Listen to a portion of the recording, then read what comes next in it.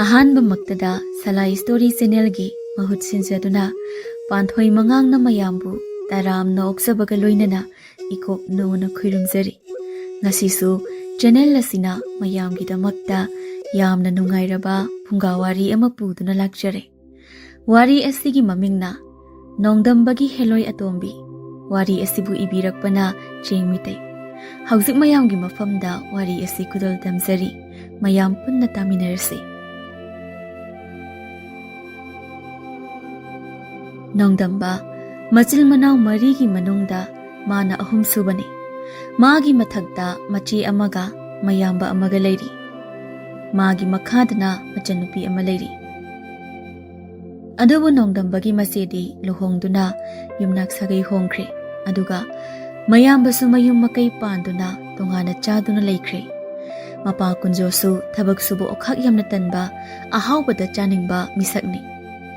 Mamana mapangal khara sonjay jabit sunagali aduna Nongdambana afang-afangba thabak su nomduna yumgi makup matadagi hauna awat apa pumba Nongdambana loina pui. Ngasi su Nongdamba thabak suba chatnaba mafi marol loisinduna machanapida Isan chak loidribo ai thabak chatlage thengini nangbo loye taton loireba adudi chaktu thirodana thiri taton chaba hawro lao hoi ado imaga pabagadi ude kai chakige charinge sida punna chaminaradi phadobane mamana maningdagi lauri ima leye isa thabak chakadabanina nang hana charo nachanupiga aiga kona charage ado pabadi ma napadi yahawbaga phamungdagi hek kumthabaga masil mayaka sengdabi adum thokhreda nang chafam thokpado charone adum thabak chapado thengani ne hoima adu dei chare ko puk thanaba chaw ko Nongdamba hoima Nongdamba chak chaba tokpaga makuta singjang amaga thauri amaga paiduna thongalomda thoki mapa kunjodi khungi lerak ahum phangba chuthekda ahal ani amaga phamduna warim suri machanupa Nongdamba na tholakpu ubada mapa kunjona Nongdamba ikoi sak loi howdibro chak la mini na pa se le howrabani baba ha loi howre haba ado aikoi kari henjang bu thonghoge ne baba maningi yendem do thongobane yendem haiba nga ka di thakobro henjang dubo ta dini thuni chakreni se ahal amana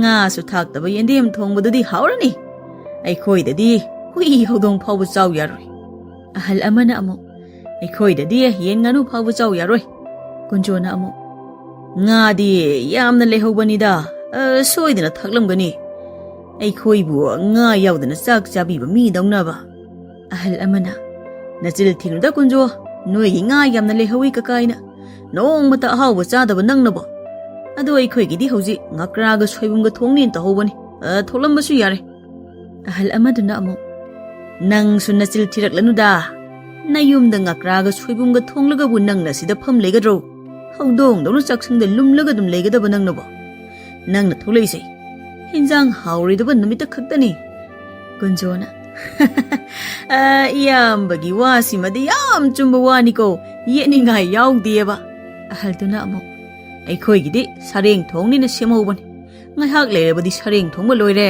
char sena ko bulani kunjona ai changi hey iyamba ani di amana soibunga ngakraga thongbado ngai hawro amana sareng thongba cha hawro ai di yende moina chawrage ahal ani duna koyo da mi usita na mayumda changkhribuno ne kunjo se sor manam na marula nam thiriba ya hawbo ga machin maya sengni su khangde sor ne na hotel apumba manam hek namladana kunjo yum yobaga Mai ga tarida chin ga tengoi de hai chak charaga muktum doinina chap manai sor sidi namthire hoida chanam marum chabada maina manam kokcha khrasani da somdana Nongdamba khungi ahal amaga jing yoduna u phajaba achumba khanduna yanba hawrami aduga atopa khungi mioi kharasu u yanba yauri Nongdambana khura jingsi da hawriba u singse makhong thengni yangum siko kariguma makhong thengni yalabadi use mayon amuk chongak pangamdana sikhidoini Angang nangna ingon hai pa muk sadan taksilakkanune.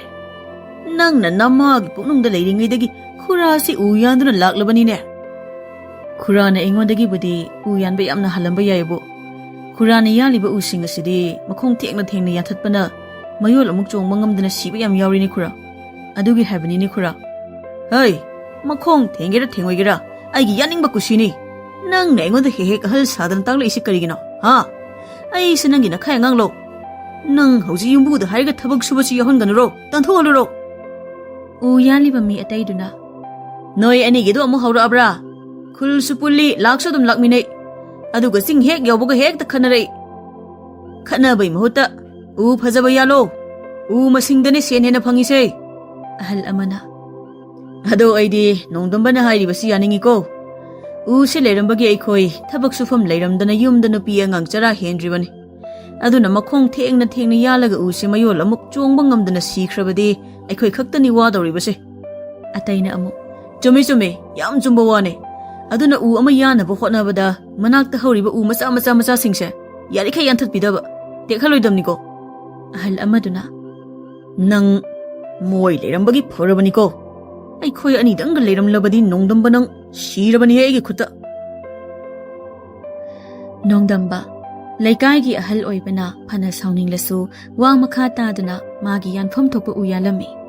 Aduga ahal dudagi nongdambana u chumba phajaba henbada natana masing yamna henbasu ngambana ahal dudagi nongdambana hena sensu phanglami. Aduna ahal do matam pumbada nongdambada sauningba kalakpa phawrami. Nongmadi u yanba thabak suba lakpa mi mayamdu u lawduna laloliba nupaduna manakta kauksinduna wari sarami. Mayam munna tabiyo. Ngasidagidi chingmai amaromda oina u siyalasi. Natrabadi aikhoina hauji u yaliba chingmai se u se chawbasu ngamlaroi mutsu mutlani. Aduna chingmai amaromda amuk hongduna yansiko. Nongdambana. Adude tada karamba chingmaida amuk yanba hogane. Khulngi ahaladuna. Masi angangsi heipa amuk shaba hore. Tumina dum layabdo. U lalonba nupaduna. Makha thangba chingmai asidagi amuk yansi. Tabu yariba makhaidi u yanba matamdane. Atopa u sohandaba. Makhong thengna yathan kumsiko. Noina somgi mamaida u yalingaida. Somgi mamaise u chara thanaba na. Ining thawna topa lebaktagi u char mayam ama lawnaba haikhraban. Adudi phare. Noigi handaki chayol sigi sen pitho amake. Ai ko nongdam chataba yatri. Adugane sen phanglen thabak lepadi yade ko. Mi singda yam haraungna mai magi sen saruk singdu longnarami. Aduga ngasi su khungi ahal dudagi nongdambana sen hena phanglami. Aduna ahal ado nongdambada yamna saurami. Aduga amuk mi singdu chingmai amada amuk uyan bakarami. Khungi ahal adudi nongdambada kalakna. Masigi nongdamba ba angangsi tokrabadi phanida. Man hek thabak subasi yawsilakpadagi aisi khoidau pangchawda sauninglaga dum leireba. Masi tokhandaba sugyamak yadri. Nupa amana. Masigi chingmai simadi kenom tawi he. Isuk-sukladana imam hek mamladana. Ngamliba tanbam yawe. Amana amo. Hoine. Numiki mangalga kaya phangdene. Sa kaya asaw-asaw leiramlabade khoi amuk sini ko. Nongdambana. Yarikai khura. Ikhoi mayam puna yansi. Lapna yanagumsi. Sa kay leiramlabasu ikhoi puna uyanminarabadi. Sa kay na ikhoi da kaishu tawba ngamloy. Aduna ikhoi puna uyaminasi. Khulngi ahal aduna. Haurigani magi haipa siyam. Aidi chingsigi mapusay nangbu sumansile na haipa samandana. Nati. Aikhoi mayam asigi maraksida nangna khwaidagi angangnine. Adusu thabak yawba kuidriba khangidana. Ataiduna. Karinone nangna mo angangsida pangangda ngangbiridubo. Mana hairise achumba wanine. Aikhoi punna leirikai phadoine. Sa kaina aikhoi da kaisum tawba ngamloidoribanine. Aikhoi tokhai lapnarabadi sa kaina khudong chaba henduna aikhoi siba yawna doribanine. Khulngi ahal aduna. Noina magi misang changmandana masai naw chawrabane. Aina haidi mana haidrabasu aikhoi ni hena khangi aduna taklakanu haibanida. Tawbubudi mai mapa kunjosu haipa yam sabane. Aduna mapa macha chap mane. Karino khura. Wari sida aigi pa yauksin bireide. Aina kayam kaibu wa haikragi khurada. Tumi leyo. Ay nangi napa pale nang ingon da kayawga habano. Nama su shirum narum tawbido adusu palauro.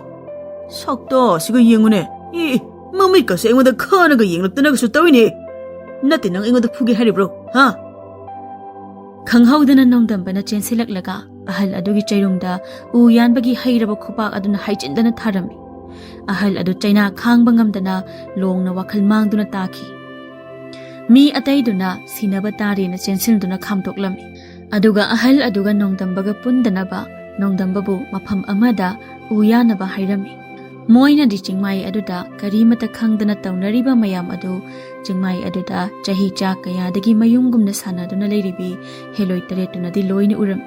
Heloi ahanduna u yan thatpa Chingmai tumhanba taibang mi singsidi aikhoi somda amu yorakledana moi sing asibu sigi thabak se natrabadi atai atopa thabak amata leitraba zalo u wa singsi haubagi taibang mi danatana sa usek singsu malem asida nungaina afaba sor honduna hinglibani haibasi moi taibang mi sing asibu sukhang khangdaba zala Heloi yaimana ise aikhoi gi singmai asisu taibang mi sing asina amuk yanthallaklabadi aikhoi kadai de leigani leifam amuk leitadana koi pai pai duna mafam asidagi aikhoi chatlagadro madunine ise na pakhaliba asisu aduga taibang mi oibase warakesu masasida yaingang maital asiba mama mapagi phanek khudaina tawdana aikhoi na moigi manakta changba ngamdana bana puduna laknaramganini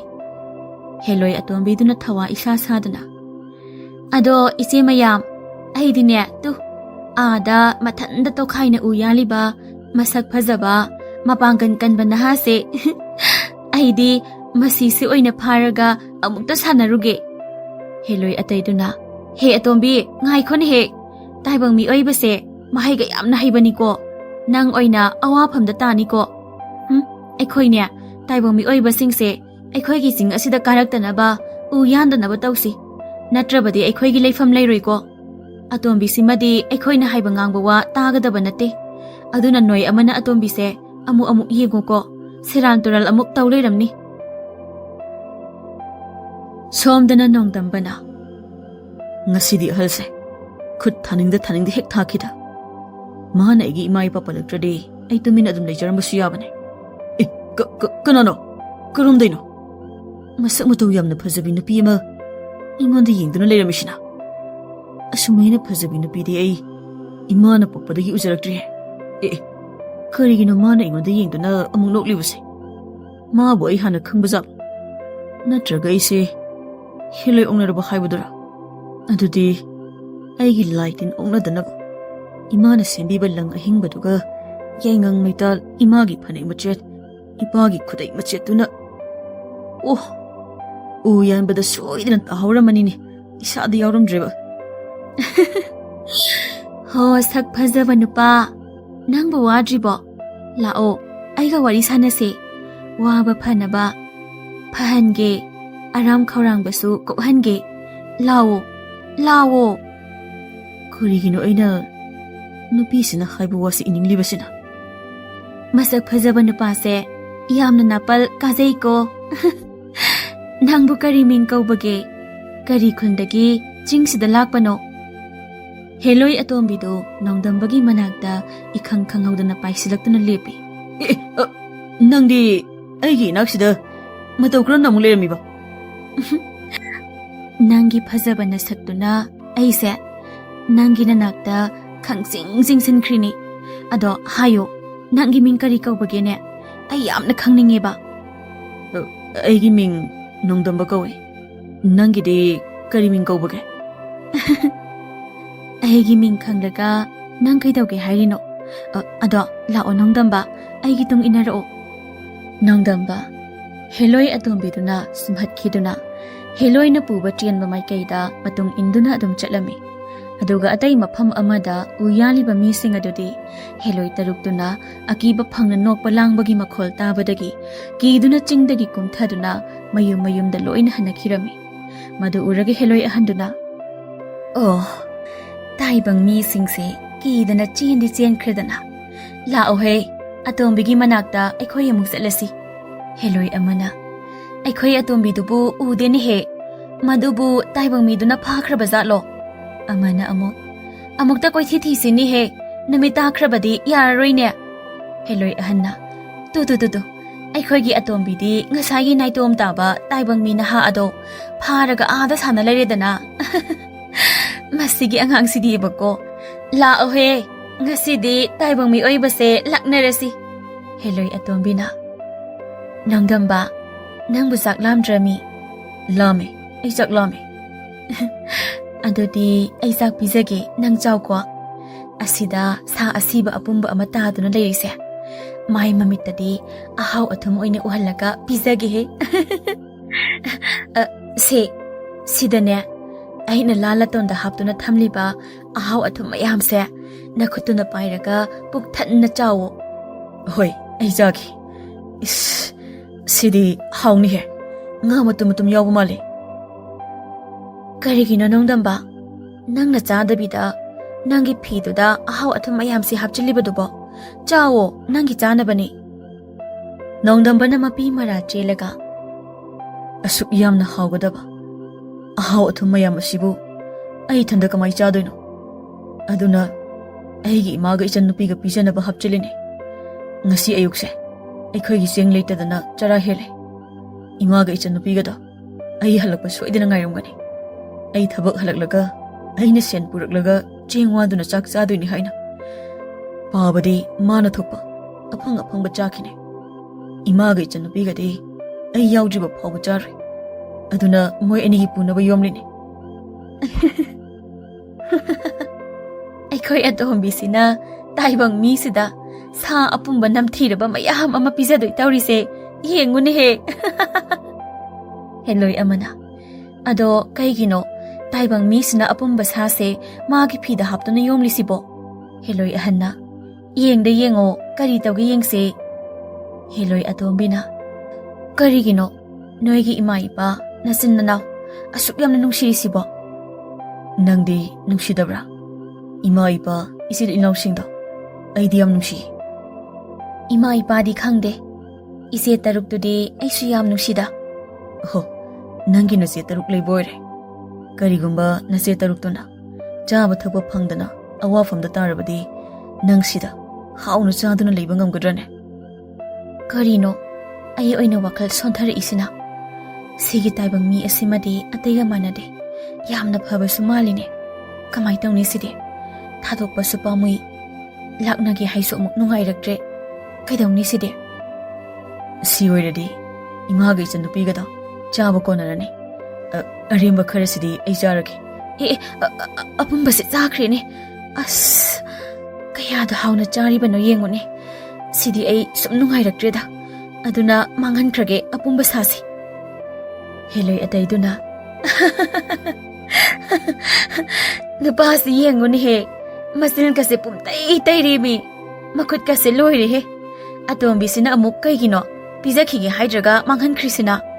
ꯑꯃꯅ ꯑꯃꯨꯛ ꯅꯨꯄꯥꯁꯤꯒꯤ ꯃꯈꯨꯠ ꯃꯁꯥ ꯃꯆꯤꯜꯀꯁꯦ ꯑꯩꯈꯣꯏ ꯑꯇꯣꯝꯕꯤꯁꯤꯅ ꯂꯣꯏꯅꯃꯨꯛ ꯇꯩꯊꯣꯛꯄꯤꯔꯤꯁꯦ ꯀꯔꯤꯒꯤꯅꯣꯃꯤ? ꯂꯥꯛꯑꯣꯍꯦ, ꯑꯩꯈꯣꯏ ꯑꯇꯣꯝꯕꯤꯁꯦ ꯀꯩꯅꯣꯝ ꯇꯧꯔꯦ. ꯅꯪꯁꯦ ꯀꯅꯥꯅꯣ? ꯅꯪꯒꯤ ꯄꯨꯛꯆꯦꯜ ꯐꯕ ꯅꯇꯧꯁꯤ ꯎꯕꯗ ꯑꯩ ꯅꯪꯕꯨ ꯌꯥꯝꯅ ꯅꯨꯡꯁꯤꯕ ꯑꯃ ꯐꯥꯎꯏ. ꯑꯁꯦꯡꯕꯔꯅꯦ? ꯑꯩꯁꯦ ꯌꯥꯝꯅ ꯐꯕ꯭ꯔꯕ? ꯑꯗꯣ ꯅꯪꯒꯤ ꯈꯣꯡꯁꯦ ꯇꯤꯡꯈꯪꯅ ꯌꯥꯝꯅ ꯊꯤꯜꯂꯕ ꯃꯥꯜꯂꯤ. ꯅꯪ ꯀꯩꯝꯇ ꯅꯥꯕ ꯐꯥꯎꯗ꯭ꯔꯣ? ꯉꯁꯤꯗꯤ ꯅꯥꯕ ꯐꯥꯎꯗꯦ. ꯅꯥꯔꯕꯁꯨ ꯍꯣꯔꯦꯟ ꯏꯃꯥꯅ ꯏꯁꯤꯡ ꯑꯁꯥꯕ ꯂꯨꯝꯕꯤꯗꯨꯅ ꯑꯩꯒꯤ ꯈꯣꯡ ꯍꯥꯝꯕꯤꯕꯗ ꯑꯅꯥꯕ ꯄꯨꯝꯕ ꯂꯣꯏꯅ ꯐꯈ꯭ꯔꯅꯤꯗ. ꯇꯤꯡꯈꯪ ꯌꯨꯔꯝꯂꯕꯁꯨ ꯏꯆꯟꯅꯨꯄꯤꯅ ꯍꯟꯗꯣꯛꯄꯤꯗꯨꯅ ꯑꯅꯥꯕ ꯄꯨꯝꯕ ꯊꯨꯅ ꯑꯣꯏꯁꯤꯟꯈꯤꯅꯤ. ꯃꯣꯏ ꯇꯥꯏꯕꯪ ꯃꯤꯁꯤꯡꯁꯤꯕꯨ ꯌꯥꯝꯅ ꯅꯨꯡꯁꯤꯅꯕ ꯖꯥꯠꯂꯣ? ꯑꯇꯩꯗꯤ ꯈꯪꯗꯦ, ꯅꯣꯡꯗꯝꯕꯁꯤꯃꯗꯤ ꯃꯃꯥ ꯃꯄꯥ ꯃꯆꯤꯜ ꯃꯅꯥꯎ ꯌꯥꯝ ꯅꯤꯡꯉꯤ.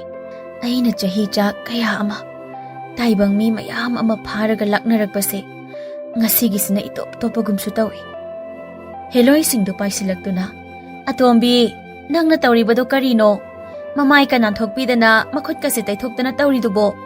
ꯁꯦ, ꯃꯣꯏ ꯇꯥꯏꯕꯪ ꯃꯤꯗ ꯃꯤꯅꯨꯡꯁꯤ ꯌꯥꯝꯅ ꯎꯠꯀꯅꯨꯋꯣ. ꯅꯪ ꯑꯣꯏꯅ ꯐꯥꯕꯤꯈꯤꯅꯤꯌꯦ. ꯑꯣ, ꯃꯣꯏꯁꯦ ꯅꯪꯒꯤ ꯏꯆꯦ ꯉꯥꯛꯇꯔꯣ? ꯃꯁꯛ ꯂꯣꯏ ꯐꯖꯩ. ꯁꯛꯐꯝꯁꯨ ꯐꯤꯖꯣꯜꯁꯨ ꯂꯣꯏꯅ ꯑꯗꯨꯝ ꯃꯥꯟꯅꯩ. ꯅꯪ ꯈꯛꯇꯅꯦ ꯈꯔ ꯈꯦꯠꯅꯔꯤꯕ ꯍꯥꯏꯕꯕꯨ. ꯍꯦꯂꯣꯏ ꯑꯍꯜꯅ ꯏꯁ, ꯃꯁꯤꯒꯤ ꯇꯥꯏꯕꯪ ꯃꯤ ꯑꯁꯤꯃꯗꯤ ꯋꯥ ꯌꯥꯝꯅ ꯉꯥꯡꯉꯤꯅ.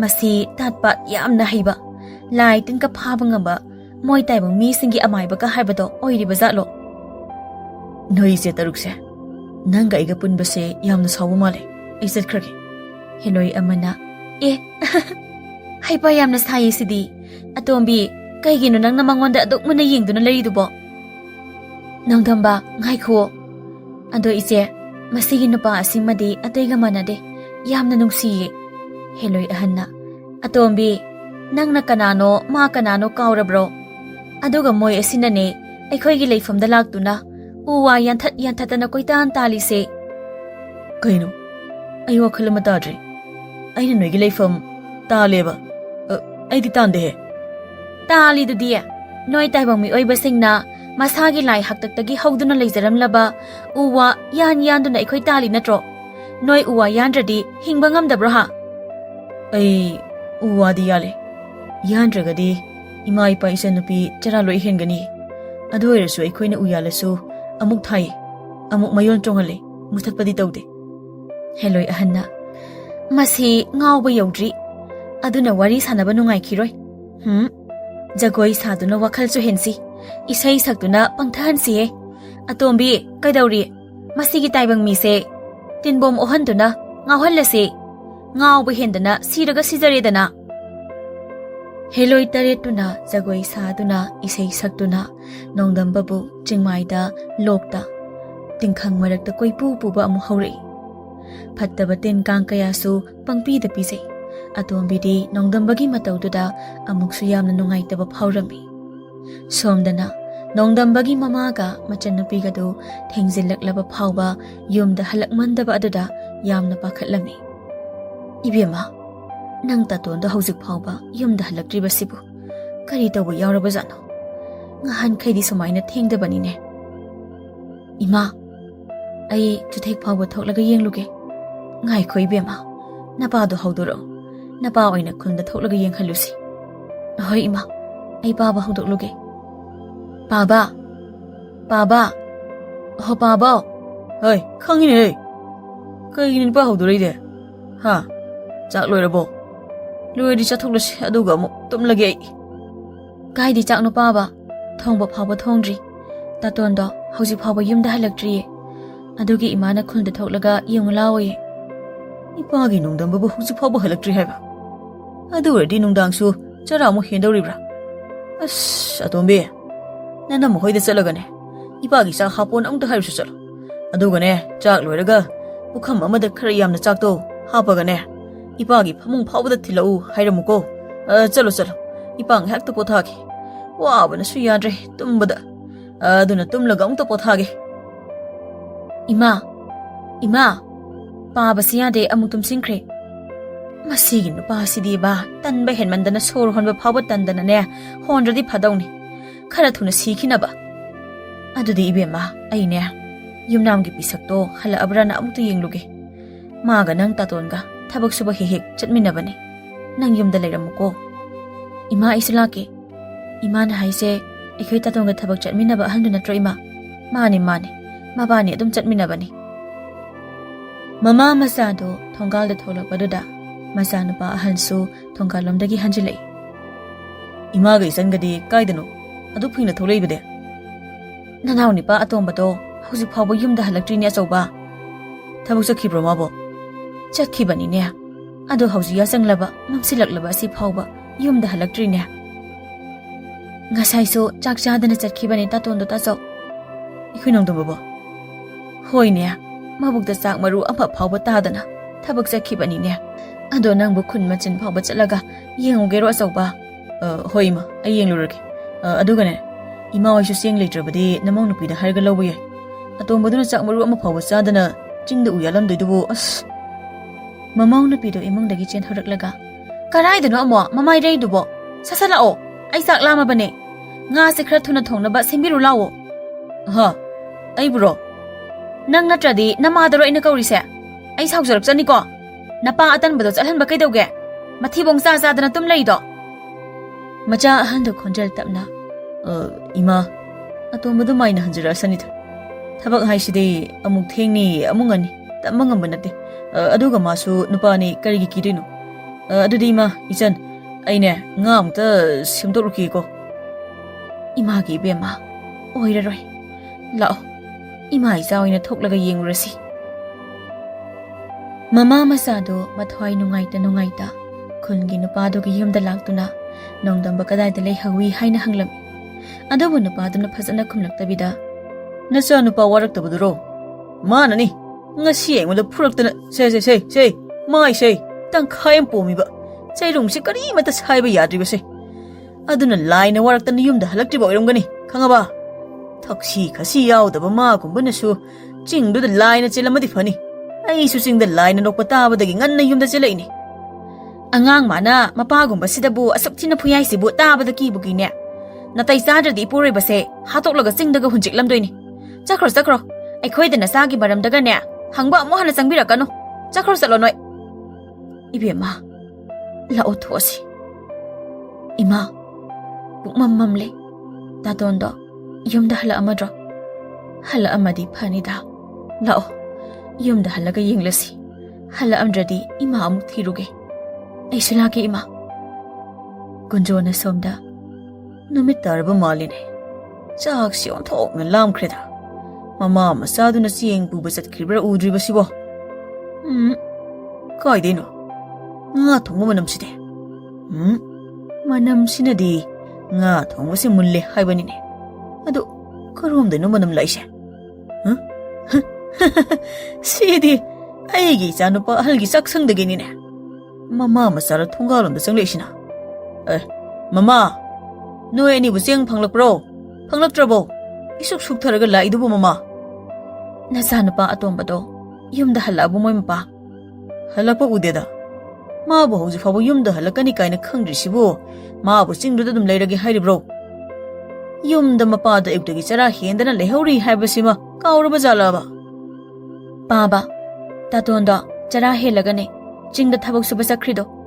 ꯑꯗꯨꯒ ꯄꯥꯕꯅ ꯅꯆꯥꯅꯨꯄꯥꯅ ꯍꯜꯂꯛꯇ꯭ꯔꯤꯁꯦ ꯐꯠꯇ ꯅꯨꯡꯗ ꯊꯣꯛꯂꯝꯒꯗ꯭ꯔꯥ ꯍꯥꯏꯕꯒꯤ ꯑꯀꯤꯕ ꯅꯨꯡꯉꯥꯏꯇꯕ ꯑꯃꯠꯇ ꯄꯣꯛꯇꯅ ꯆꯥꯕꯒ ꯇꯨꯝꯕꯒ ꯈꯛ ꯎꯗꯨꯅ ꯂꯩꯔꯤꯁꯤꯕꯨ ꯄꯥꯕꯕꯨ ꯀꯔꯝꯕ ꯃꯄꯥꯅꯣ?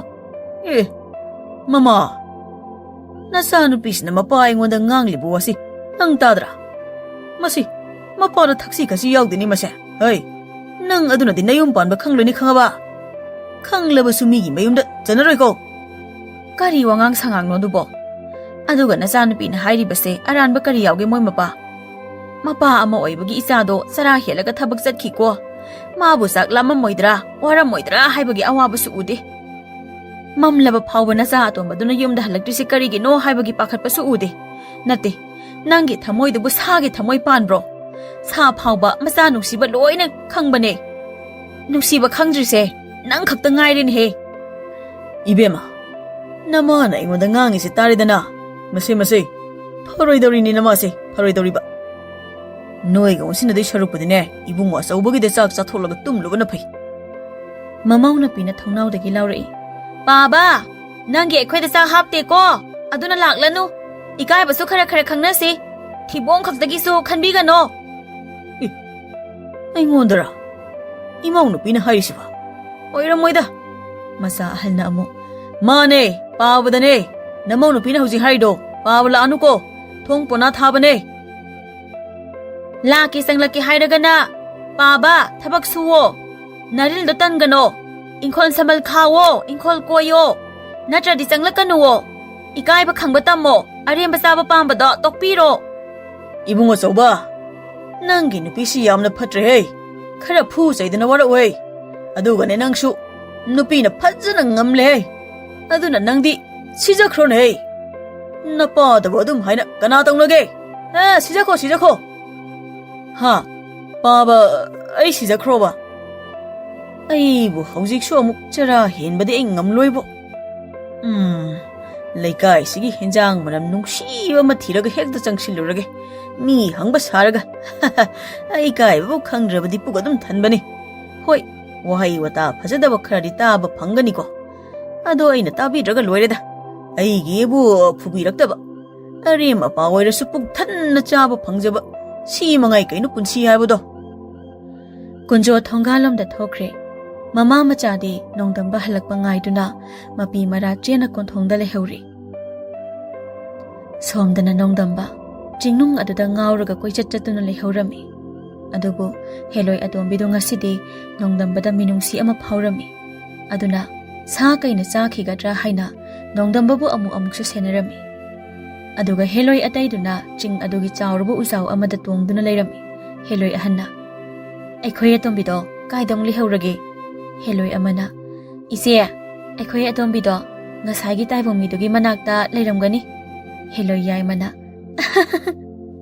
"ꯑꯩꯈꯣꯏꯒꯤ ꯑꯇꯣꯝꯕꯤꯁꯦ ꯍꯧꯖꯤꯛ ꯐꯥꯎꯕ ꯇꯥꯏꯕꯪ ꯃꯤꯗꯣ ꯂꯥꯛꯅꯕ ꯄꯦꯟꯗ꯭ꯔꯤꯕ ꯃꯥꯜꯂꯤ." ꯍꯦꯂꯣꯏ ꯑꯃꯅ ꯑꯃꯨꯛ "ꯇꯥꯏꯕꯪ ꯃꯤꯗꯣ ꯁꯤꯔꯝꯗꯅꯅꯦ." ꯍꯦꯂꯣꯏ ꯑꯍꯟꯅ "ꯑꯩꯈꯣꯏ ꯑꯇꯣꯝꯕꯤꯅꯕꯨ ꯄꯦꯟꯖꯔꯕꯗꯤ ꯁꯤꯖꯁꯅꯨꯗ. ꯃꯃꯥꯡꯗꯁꯨ ꯇꯥꯏꯕꯪ ꯃꯤ ꯃꯌꯥꯝ ꯑꯃ ꯉꯥꯎꯈꯤꯕ ꯁꯤꯈꯤꯕ ꯆꯠꯈꯤꯕ ꯌꯥꯎꯔꯤꯗꯨꯅꯤ." ꯍꯦꯂꯣꯏ ꯑꯃꯅ "ꯑꯗꯣ ꯏꯆꯦ, ꯃꯣꯏ ꯇꯥꯏꯕꯪ ꯃꯤꯒꯤ ꯄꯨꯡꯖꯥꯜ ꯊꯤꯟꯗꯨꯅ ꯃꯣꯏꯕꯨꯡ ꯈꯣꯡꯗꯨꯅ ꯂꯥꯛꯄꯗꯣ ꯑꯩꯗꯤ ꯌꯥꯝꯅ ꯀꯤꯕꯣ." ꯍꯦꯂꯣꯏ ꯑꯇꯩꯗꯨꯅ "ꯑꯗꯨꯗꯤ ꯅꯪ ꯈꯛꯇ ꯅꯠꯇꯤꯌꯦ, ꯑꯩꯈꯣꯏ ꯍꯦꯂꯣꯏꯁꯤꯡꯒꯤ ꯈ꯭ꯋꯥꯏꯗꯒꯤ ꯑꯀꯤꯕꯅꯤ ꯀꯩꯅꯣ." ꯍꯦꯂꯣꯏ ꯑꯍꯟꯅ "ꯃꯣꯏ ꯇꯥꯏꯕꯪ ꯃꯤ ꯃꯔꯛꯇꯁꯨ ꯂꯥꯏꯗꯤ ꯅꯠꯇꯅ ꯂꯥꯏ ꯁꯥꯖꯅꯤꯡꯕ ꯌꯥꯝꯅ ꯌꯥꯎꯕꯅꯤ. ꯃꯣꯏꯗꯨꯅꯅꯤ ꯃꯃꯥꯡ ꯊꯥꯔꯒ ꯄꯨꯡ ꯊꯤꯜꯂꯒ ꯃꯣꯏꯕꯨꯡ ꯈꯣꯡꯂꯒ ꯂꯥꯛꯇꯣꯏꯁꯤ. ꯃꯣꯏꯗꯨ ꯍꯥꯟꯅ ꯍꯥꯠꯂꯒ ꯐꯗꯧꯕꯅꯤ. ꯑꯗꯨꯕꯨ ꯃꯣꯏꯗꯤ ꯑꯩꯈꯣꯏꯅ ꯐꯥꯕ ꯍꯥꯠꯄ ꯉꯝꯂꯣꯏꯅꯦ. ꯃꯣꯏ ꯃꯍꯩ ꯌꯥꯝꯅ ꯍꯩꯌꯦꯕ." ꯁꯣꯝꯗꯅ ꯍꯦꯂꯣꯏ ꯑꯇꯣꯝꯕꯤꯅ "ꯅꯣꯏꯒꯤ ꯏꯃꯨꯡꯒꯤ ꯋꯥꯔꯤꯁꯦ ꯇꯥꯕ ꯌꯥꯝ ꯅꯨꯡꯉꯥꯏ. ꯑꯗꯣ ꯅꯄꯥꯗꯨꯗꯤ ꯅꯨꯡꯁꯤꯗꯦꯍꯦ. ꯅꯄꯥꯗꯣ ꯁꯤꯗ ꯄꯨꯒꯦꯒ ꯄꯨꯔꯛꯑꯣ. ꯏꯆꯦ ꯇꯔꯨꯛꯇ ꯁꯤꯟꯅꯈꯤꯒꯦ." "ꯑꯩꯁꯨ ꯏꯃꯥꯅ ꯍꯦꯟꯅ ꯅꯨꯡꯁꯤ. ꯑꯗꯣ ꯑꯩꯅ ꯂꯩꯔꯤꯁꯦ ꯀꯗꯥꯏꯗꯅꯣ? ꯏꯃꯥꯒ ꯏꯆꯟꯒꯁꯨ ꯎꯗꯦ. ꯃꯣꯏꯗꯣ ꯆꯥꯛ ꯂꯥꯝꯃꯝꯃꯅꯤꯌꯦ."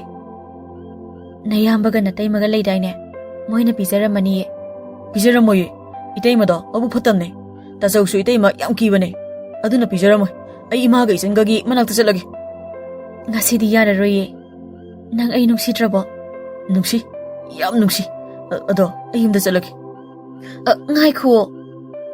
ꯑꯗꯣ ꯅꯣꯏ ꯏꯃꯥꯒ ꯏꯆꯟ ꯍꯣꯏꯒ ꯀꯅꯥꯅ ꯍꯦꯟꯒꯦ ꯅꯨꯡꯁꯤꯕ ꯑꯩꯒ?" "ꯏꯃꯥꯒꯤ ꯅꯨꯡꯁꯤꯕꯅ ꯑꯃꯅꯦ. ꯏꯆꯟꯒꯤ ꯅꯨꯡꯁꯤꯕꯅ ꯑꯃꯅꯦ. ꯑꯗꯨꯒ ꯅꯪꯒꯤ ꯅꯨꯡꯁꯤꯕꯅ ꯑꯃꯅꯦ." "ꯀꯩꯅꯣ ꯍꯥꯏꯁꯤꯕꯣ? ꯅꯨꯡꯁꯤꯕꯁꯤꯕꯨ ꯑꯃꯠꯇ ꯃꯥꯟꯅꯗ꯭ꯔꯣ? ꯑꯩꯗꯤ ꯏꯃꯥꯟꯇ ꯃꯥꯟꯅꯩ." "ꯅꯪ ꯅꯣꯏ ꯏꯃꯥ ꯄꯥꯕ ꯂꯩꯖꯗ꯭ꯔꯣ? ꯑꯗꯨꯒ ꯅꯨꯄꯤꯗꯤ ꯄꯨꯛꯆꯦꯜ ꯇꯤꯟꯅꯗ꯭ꯔꯗꯤ ꯂꯩꯃꯤꯟꯅꯕ ꯅꯨꯡꯉꯥꯏꯇ꯭ꯔꯗꯤ ꯁꯤꯟꯕ ꯌꯥꯏ. ꯅꯨꯄꯤꯅꯁꯨ ꯅꯨꯄꯥ ꯑꯃꯗ ꯆꯦꯟꯈꯤꯕ ꯌꯥꯏ. ꯑꯗꯨꯒ ꯏꯃꯥꯗꯤ ꯃꯄꯣꯛꯇ ꯁꯤꯟꯕ ꯁꯨꯛꯌꯥ ꯌꯥꯔꯣꯏ.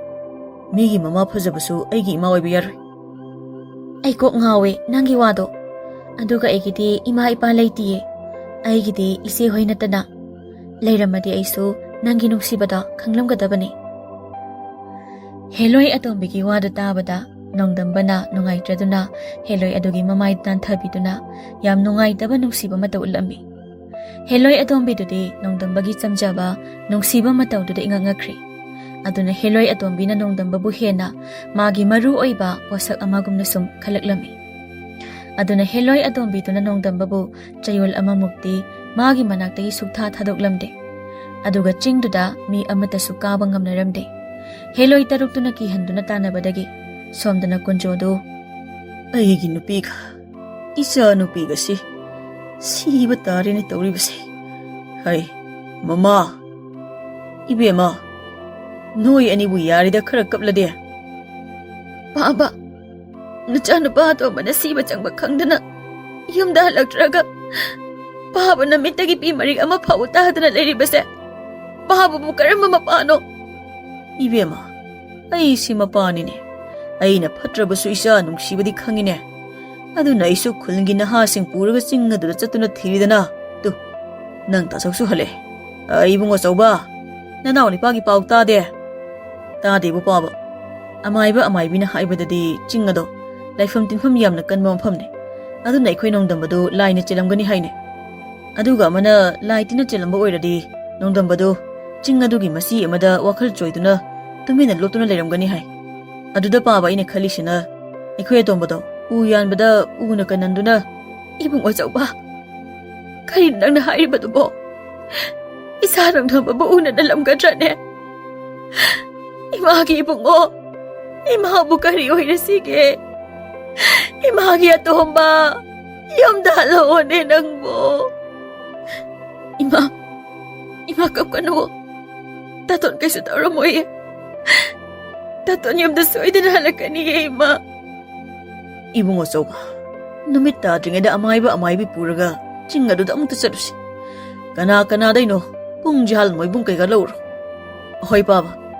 Tari bro. Kay haigi amo. Imaga isan gase chakra pijana batoram. Tabro ina harise. Ngahan gi khufudo kawgonu ko na. Ay nupase. Hana di ay nangamlamba ba. Hausik na manaw ni pasi. Mangkibadagi ay nahay buwaga takidreba.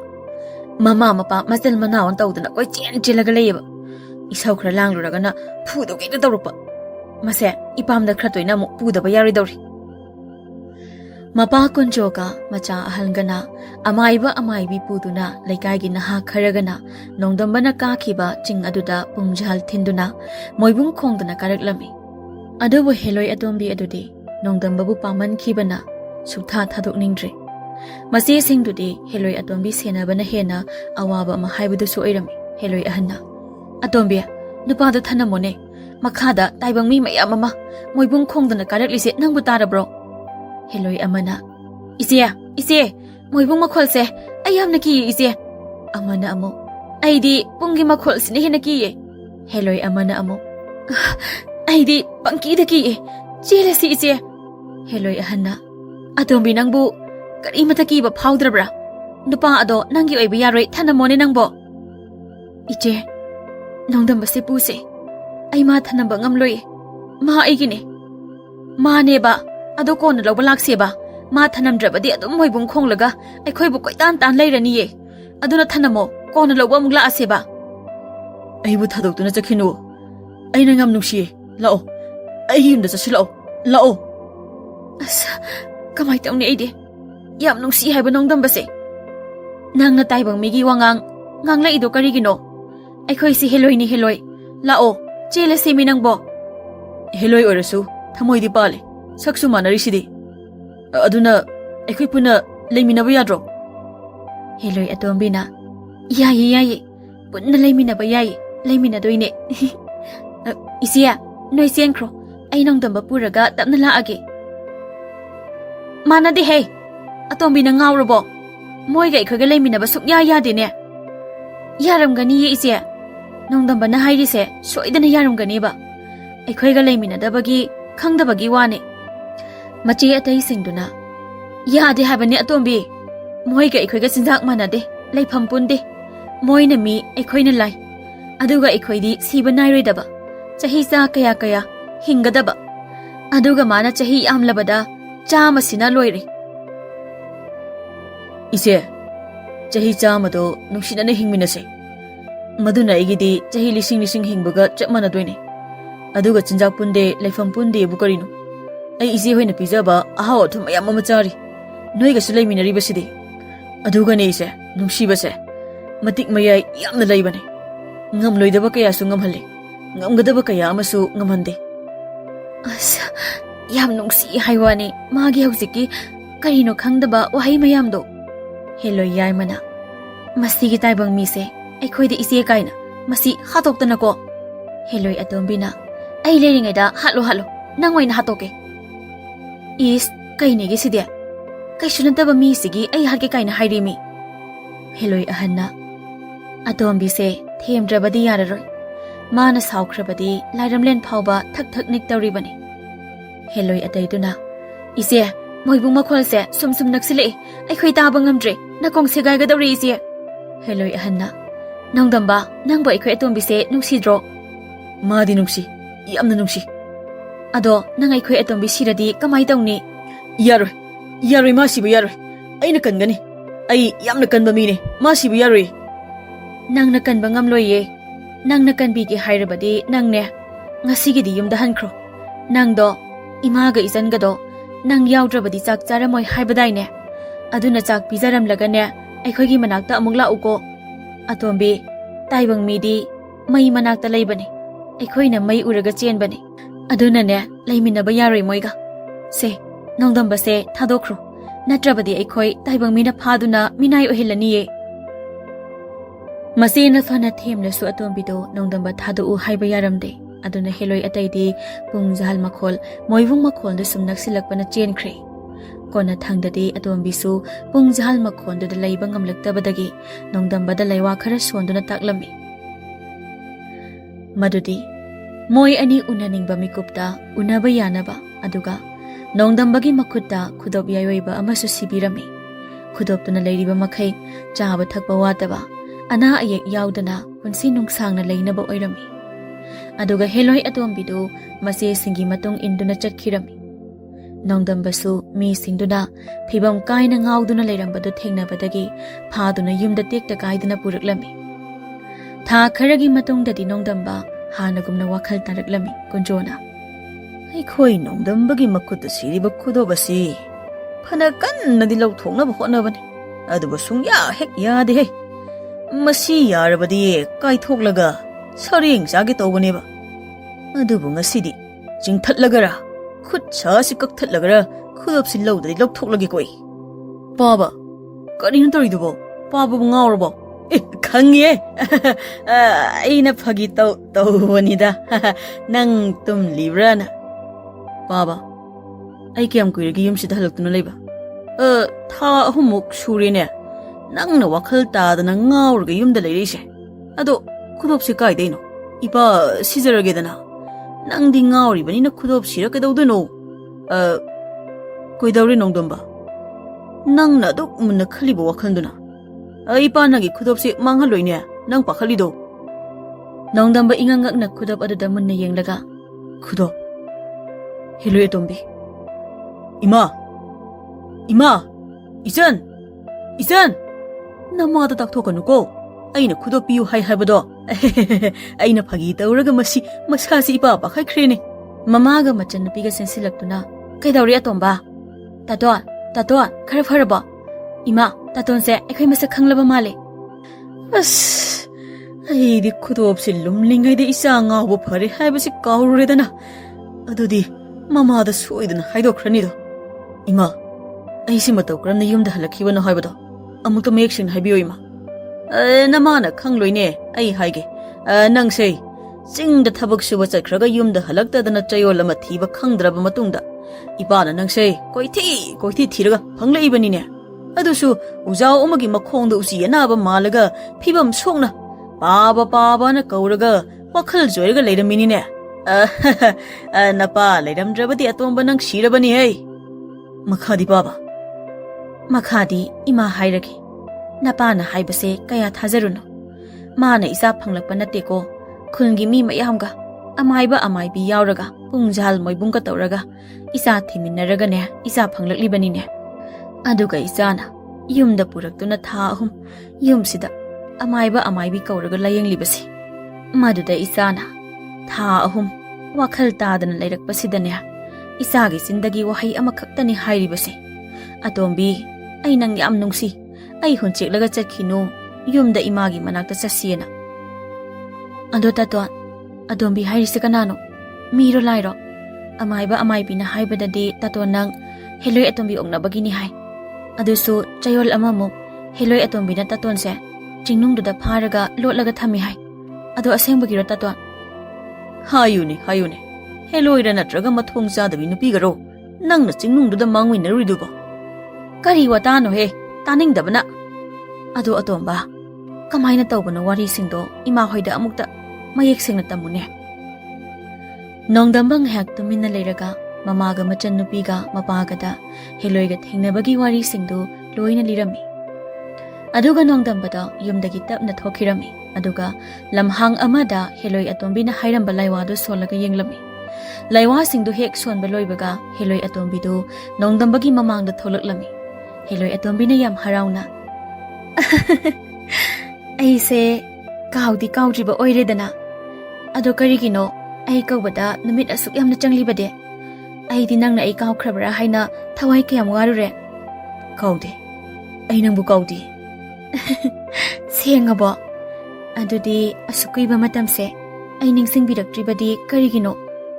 ꯃꯗꯨꯒꯤ ꯋꯥꯔꯤꯁꯨ ꯂꯤꯒꯦ, ꯑꯗꯣ ꯋꯥꯔꯤ ꯂꯤꯗ꯭ꯔꯤꯉꯩꯗ ꯑꯩ ꯅꯪꯕꯨ ꯄꯦꯟꯅ ꯑꯃꯨꯛꯇ ꯌꯦꯡꯖꯈꯤꯒꯦ꯫ ꯍꯩꯃꯥ, ꯏꯀꯥꯏ ꯌꯥꯝ ꯈꯪꯂꯝꯗ꯭ꯔꯤ꯫ ꯍꯦꯂꯣꯏꯁꯤ ꯐꯥꯎꯕ ꯍꯦꯛ ꯏꯀꯥꯏꯕ ꯐꯥꯎꯍꯜꯂꯦꯃꯤ꯫ ꯑꯁꯨꯝꯅ ꯅꯨꯃꯤꯠ ꯑꯁꯤꯗꯒꯤ ꯍꯦꯂꯣꯏ ꯑꯇꯣꯝꯕꯤꯒ ꯅꯣꯡꯗꯝꯕꯒ ꯑꯃꯨꯛ ꯍꯟꯅ ꯎꯅꯗꯨꯅ ꯄꯨꯜꯂꯝꯃꯤ꯫ ꯑꯗꯨꯅ ꯍꯧꯖꯤꯛꯇꯤ ꯅꯣꯡꯗꯝꯕ Heloi Atombina nungsibibadagi yamna nungai yaifaba ana ayek yaudaba chaba thakba wataba haiba adusu oirami. Mamaga machanupigasu mataimasu mayambasu mapasu yamna nungaina chaba thakba watabada natana phajaba mafi marol amadi sana lupasu pungyom yomduna nungaina leirami. Nongdambasu Heloi Atombi bu yamna nungsijabana mi chikpa kana leitaba matamda laisol adu sonduna Heloi Atombi bu kaurami. Heloi Atombi so Nongdamba bu nungsibana hek kaurakpaga Nongdambagi mitmangda hekta tholaklami. Asumna moy anisu nungaina nungsinana leikirami.